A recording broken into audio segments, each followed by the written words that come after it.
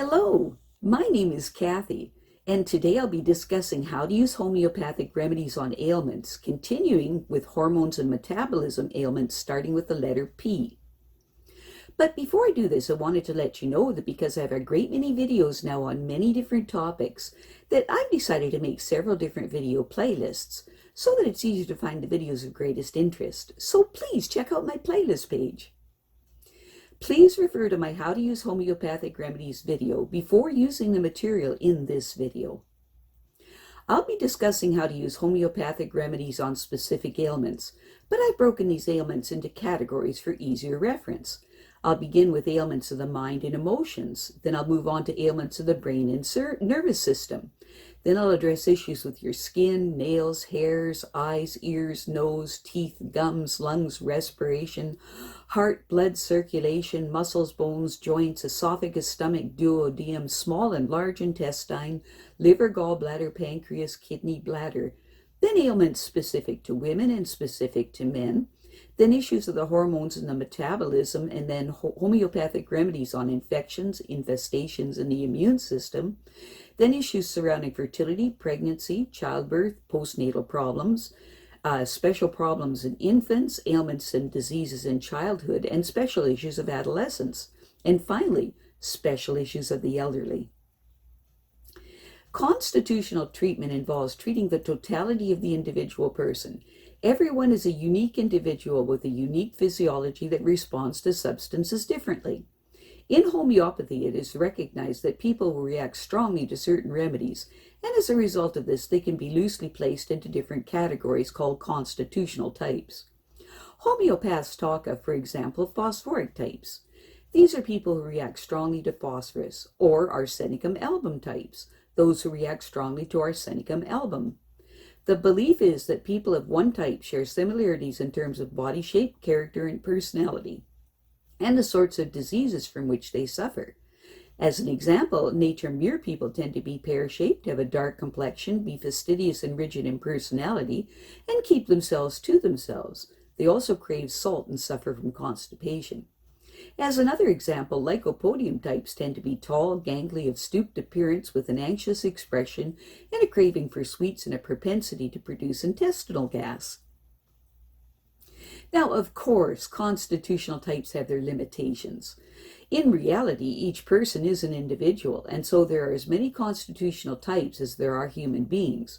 An account must be taken of the sum total of the person's inherent predispositions, past illnesses, diet, general reactions to the environment, intellectual and emotional features, and general attitudes towards life. This is what is meant by constitutional treatment. I'll be making detailed videos of the various constitutional types after I've completed the use of homeopathic remedies on ailments. The ideas, procedures, and suggestions in this video and all my homeopathic videos are not intended as a substitute for the medical advice of a trained health professional. Consult your physician before adopting the suggestions in this video. If you're pregnant, do not attempt these techniques without the approval of your physician. So, let us continue with learning how homeopathic treatments can help with hormone and metabolism ailments, starting with the letter P. Metabolism is the sum total of all the chemical processes that occur in the living body, and it is ultimately controlled by instructions contained in the chromosomes, in the nucleus of every cell. But cells must coordinate their activity, and to do this, they must communicate. The nervous system provides communication via nerves, delivering messages in microseconds, and the endocrine system provides communication via hormones, which travel around the body in the bloodstream. Chemically speaking, hormones are either proteins, amino acid derivatives, or cholesterol derivatives, and they are secreted in response to nervous stimuli, such as sight, touch, hearing, taste, smell, thoughts, emotions, and also in response to various chemicals in the bloodstream, including other hormones. The pituitary gland at the base of the brain, for example, secretes a number of hormones designed to stimulate other hormone-producing glands into action.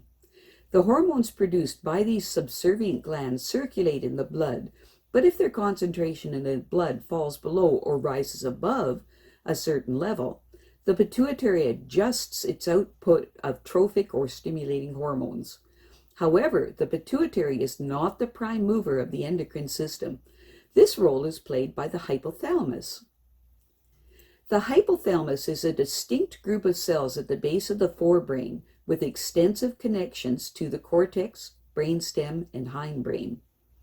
Stimulating and inhibitory hormones secreted by the hypothalamus in response to nervous impulses from other parts of the brain travel the short distance to the pituitary beneath it, and the pituitary responds by increasing or decreasing its secretory activities.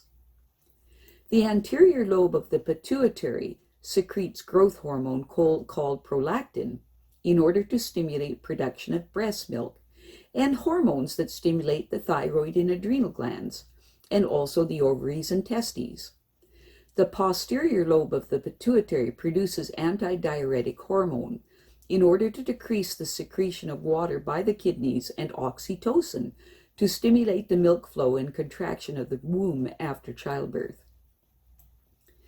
The thyroid gland, which lies in the neck opposite the Adam's apple, produces thyroxine, which controls your metabolic rate, which is the pace of chemical activity in every cell in the body. Iodine is an essential component of thyroxine. Directly behind the thyroid are the 4 parathyroid glands.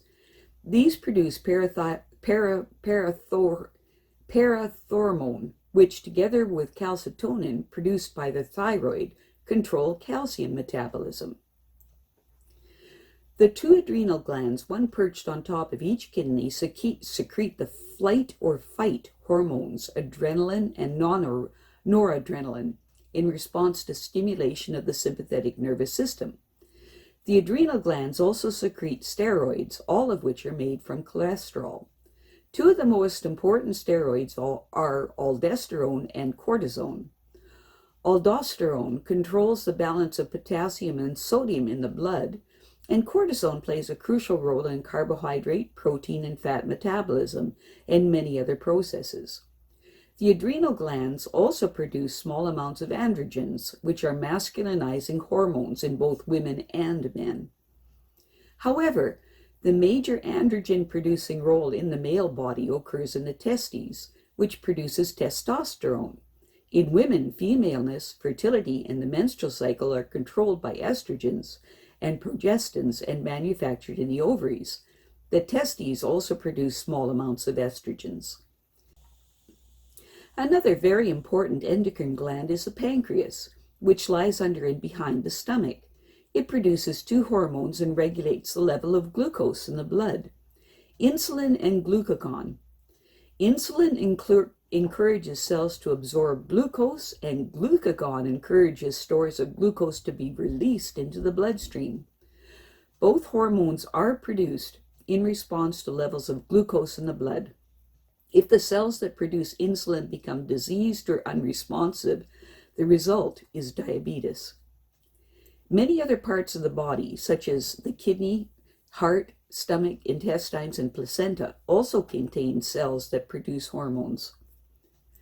Parathyroid problems.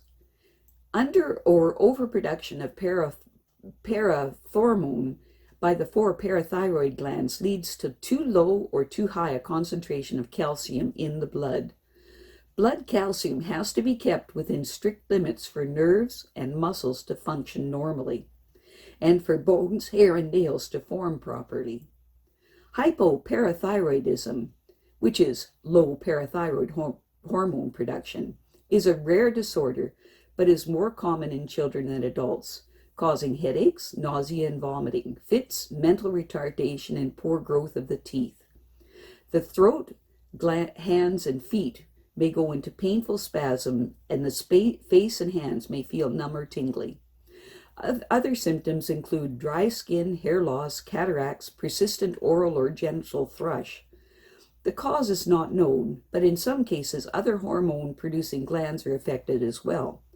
This condition requires lifelong treatment with vitamin D, which stimulates the absorption of calcium from food in the gut. A bad tetany attack may require an injection of calcium. Constitutional homeopathic treatment is also advised. Hyperparathyroidism, which is a high parathormone production, keeps blood calcium levels high, mainly by removing calcium from the bones. Excess calcium is excreted in urine. The early symptoms may be depression and bouts of indigestion, nausea, vomiting, constipation, abdominal pain, but this disorder is usually symptomless until well advanced. At this stage, the bones fracture easily, and the buildup of calcium in the kidneys causes kidney stones, blood in urine, and urinary tract infections. The condition does not usually declare itself until middle age.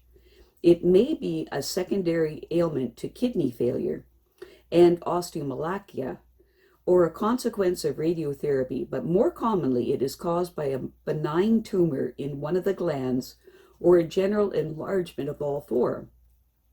Orthodox treatment is the removal of the tumor or removal of 3 out of the 4 of the enlarged parathyroid glands. Constitutional homeopathic treatment is recommended in addition to surgery. Pituitary problems. Malfunction of the pituitary gland, which produces 8 different hormones, is usually due to a pituitary tumor. Most pituitary tumors are benign and all occur for reasons that are not known in the anterior or front lobe of the gland.